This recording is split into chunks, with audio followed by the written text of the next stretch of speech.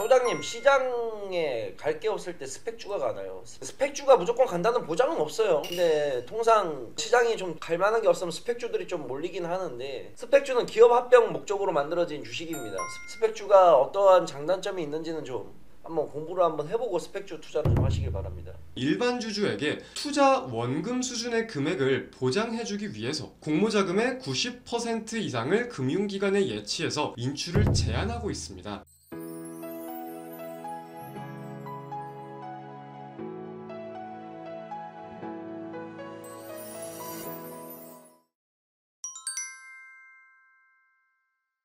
네, 반갑습니다. AP투자연구소의 이호수 전문가입니다. 반갑습니다. 오늘은 내가 투자한 원금을 보장해줄 수 있는 종목에 대해서 살펴보는 시간을 가져보도록 하겠습니다. 실상 많은 주린이 분들이 이름은 한 번쯤 들어보셨을 것 같은데 사실 관심도 크게 안 가져보셨을 것 같고 모르는 부분들이 많으실 것 같아서 오늘 속성으로 쉽게 한번 이해를 해보는 시간을 가져보려고 해요. 결론부터 말씀을 드리면 어떤 종목이냐? 바로 스펙입니다. 스펙주 한 번씩은 들어보셨죠?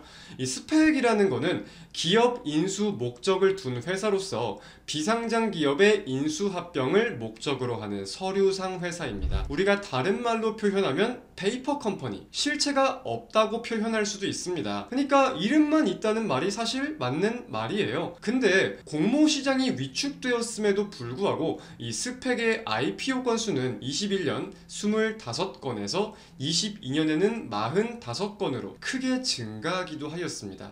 그래서 이 IPO나 상장에 대한 과정을 우리가 함께 살펴본다고 하면은 스펙이 설립된 이후에 IPO를 거치고 상장을 합니다. 이제 뭐 IPO에 따라서 청약도 하고 심사도 마감이 되면 주식시장에 실제로 상장이 되는 건데, 상장된 이후에는 3년의 시간이 주어져요. 그러면은 이 스펙주는 3년이라는 시간 동안 합병을 할 수 있는 법인, 비상장 법인을 탐색해야 되고 거기에 따른 결정이 내려져야 됩니다. 그래서 3년 이내로 합병에 성공하고 이제 다시금 대상 회사에 존속된다고 하면은 주가가 크게 오르고 수익률이 커지는 경우도 많겠죠. 물론 모든 경우가 그렇다고 할 수는 없겠지만 뭐 이 내용은 조금 이따가 자세히 살펴보도록 하고, 지금 주목할 부분은 합병 실패 시에 대한 부분이에요. 합병에 실패할 시에는 내 예치금을 반환해주고 스펙이 해산된다 라고 나와 있습니다. 이 스펙주는 공모가가 2,000원으로 고정이 되어 있습니다. 그래서 이 스펙주 같은 경우는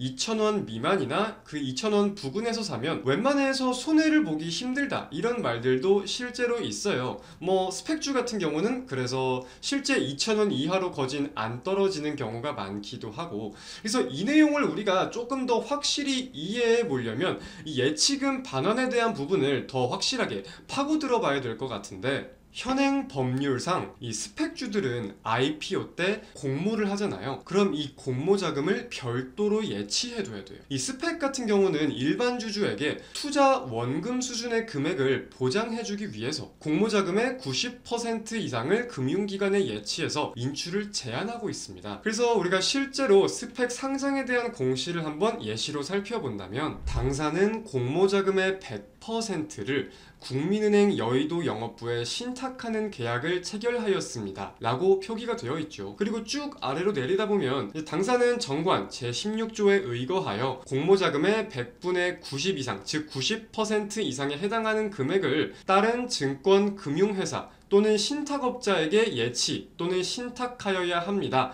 라고 나와 있는 부분이 확인이 되실 겁니다. 그래서 90%를 예치하는 경우는 원금 100%까지는 아니겠지만 원금 수준 정도라고 우리가 이해를 해볼 수 있겠고, 100%에 달한다고 하면은 원금을 따져볼 수 있고, 이 스펙주 같은 경우는 원금에 따른 이자도 있어요. 이자까지 우리가 적금처럼 함께 생각해 볼 수가 있는 거겠죠. 다만 또 다른 내용들을 살펴보자면, 신탁자금은 반환될 시에 이 상환액은 운용자금의 운용 방법, 그리고 신탁자산 및 운용자산의 금리 변동, 기타 수수 수수료의 변동 등등에 따라서 이 공모 확정가액보다 낮은 금액이 지급될 수 있는 부분도 있습니다. 거기에 따른 투자 손실도 있는 경우도 있는데 뭐 다른 내용을 살펴보자고 하면 아까 말씀을 드렸던 대로 종목마다 차이가 분명히 있어요. 이율이 붙어서 원금 플러스 이자로 반환해주는 종목들도 있는 거고 이 스펙에 대한 수익률도 조금 이따가 함께 한번 살펴보도록 하겠습니다. 그래서 우리가 다시 이 과정에 대해서 살펴봤을 때 합병이 그럼 결정이 되었다면 어떻게 될까요? 주가가 큰 폭으로 오르는 경우가 많을 것이고 거기서 이제 차익 실현을 많이들 하겠죠. 뭐 어떤 회사랑 합병을 하냐에 따른 차이는 분명히 있을 텐데 이제 거기에 따른 주가의 차이 우리가 분명 사전적으로 인지하고 있을 필요도 있을 거고 주주로서는 이 스펙주가 해당 회사에 합병되는 것을 반대할 수 있는 권리도 있어요. 그래서 이제 관련된 공시들도 나올 텐데 합병 반대 의사 통지 접수 기간 그리고 여기에 따른 주식 매수 청구권 행사 기간 이런 식으로 좀 우리가 확인을 할 수 있는 내용들이 있습니다. 합병에 대한 반대 의사 표시를 내가 직접적으로 할 경우에는 주식 매수 청구권을 직접적으로 행사할 수 있고요. 이 합병을 반대하는 자의 수에 따라서 합병에 실제로 실패하는 경우도 있겠죠. 우리가 1차원적으로 생각을 해봐도 뭐 재무도 굉장히 건실하고 향후 성장성도 크게 기대가 되는 기업이라면 이런 경우가 아니겠지만 반대로 굉장히 좀 불안한 요소들이 많은 기업이라면은 이제 상장에 대해서 합병에 대해서 반대를 할 수도 있다는 거죠. 뭐 이런 다양한 내용들이 있는데 그래서 이런 내용들도 함께 한번 좀 이어서 살펴보도록 할게요. 그 전에 먼저 아까 말씀드렸던 합병 성사 여부에 따른 투자자의 손익을 한번 살펴보도록 하겠습니다. 합병이 성사되었을 시에는 평균적으로 스폰서는 210%를 일반 우리 투자자들은 62.1%의 수익을 보았어요.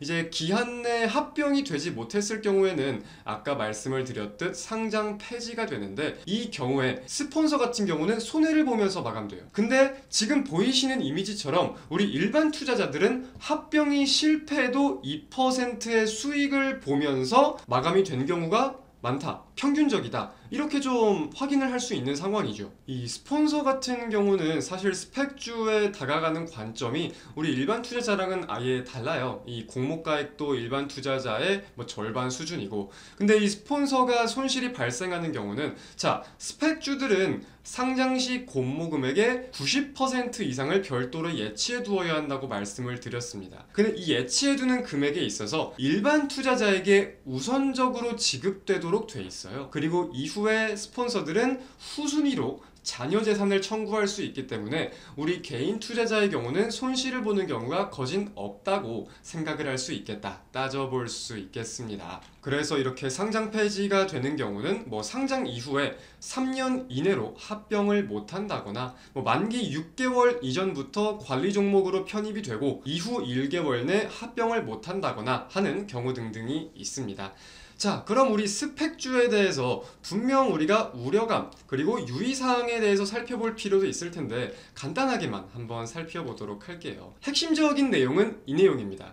스펙 투자 후 비상장 법인과의 합병이 이루어진다고 해서 반드시 수익으로 연결되는 것은 아니라는 점이에요. 이거를 우리가 조금만 자세히 들여다봤을 때에는 자, 합병가액의 산출 근거라거나 기관 투자자의 의결권 비율 그리고 아까 말씀드린 내용 등등등등을 좀 살펴보면서 합병 신고서를 굉장히 꼼꼼하게 살펴볼 필요가 있어요. 그래서 우리가 이 스펙주를 차익 실현을 하는 게 아니라 꾸준히 가져가는 거에 대한 확실한 관점도 분명히 필요하다라는 건데 뭐 스펙주에 다가가는 관점에 따라 다를 것 같아요. 단기적인 차익 목적인지 아니면은 나는 정말 이제 합병 그리고 상장에 따른 내용까지 생각을 하고 다가가는 건지 살펴볼 수 있는 거겠죠. 그래서 이 스펙주 같은 경우는 이제 합병에 대한 내용을 가지고 굉장히 크게 상승하는 경우도 있지만 우리가 주식시장에서는 이렇게 바라볼 필요도 있어요. 시장에 상승하는 종목이 없을 때 스펙주가 부각된다. 시장에 유동적인 자금들은 있는데 자금이 몰릴 만한 테마나 몰릴 만한 섹터가 없을 때 무언가가 상승 동력이 명확하게 보이는 게 없을 때 그 자금들이 스펙으로 유입되면서 스펙주들이 상승하는 경향도 있어요. 그래서 우리가 증시가 하락할 때 스펙주들이 강한 모습을 보이는 것을 뭐 이제 주식을 1년 이상 하신 분들은 한 번쯤 다들 확인을 하셨을 거라고 생각이 듭니다.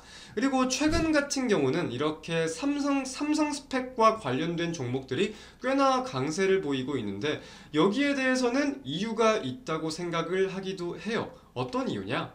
이제 신경영 선언이 30주년이 되면서 이재용표, 뉴삼성에 대한 발표 기대감이 확대가 되고 있다 보니까 이제 신성장 사업을 물색하고 관련돼서 비상장 법인들을 다시 우리 좀 인수를 하고 합병을 할 수 있는 기대감이 있다 보니까 이렇게 좀 삼성 스펙 관련된 종목들이 상승하는 경향들도 있지 않나 라고도 해석해 볼 수 있을 것 같습니다. 스펙주에 대해서 뭐 다양한 내용들이 있겠지만 개인 투자자분들이 잘 모르고 넘어가실 수 있는 내용들에 대해서 살펴보았습니다. 해당 내용들을 보고 스펙주가 무조건 좋네, 안전하네, 투자해야지 라고만 생각하지 마시고 이러한 장점이 있다면은 분명히 이제 3년이라는 시간이라는 긴 기다림도 필요할 수 있을 거고, 우리가 스펙주에 관련해서는 다양한 정보를 얻기 힘들다는 단점도 있을 것이고 따져볼 내용이 많을 거예요. 그러니까 이런저런 다양한 내용들을 공부해 보시면서 좋은 투자를 하셨으면 좋겠습니다. 언제나 오늘처럼 어제처럼 우리 개인 투자자분들을 위해 노력할 수 있는 이호수 전문가가 되도록 하겠습니다. 감사합니다.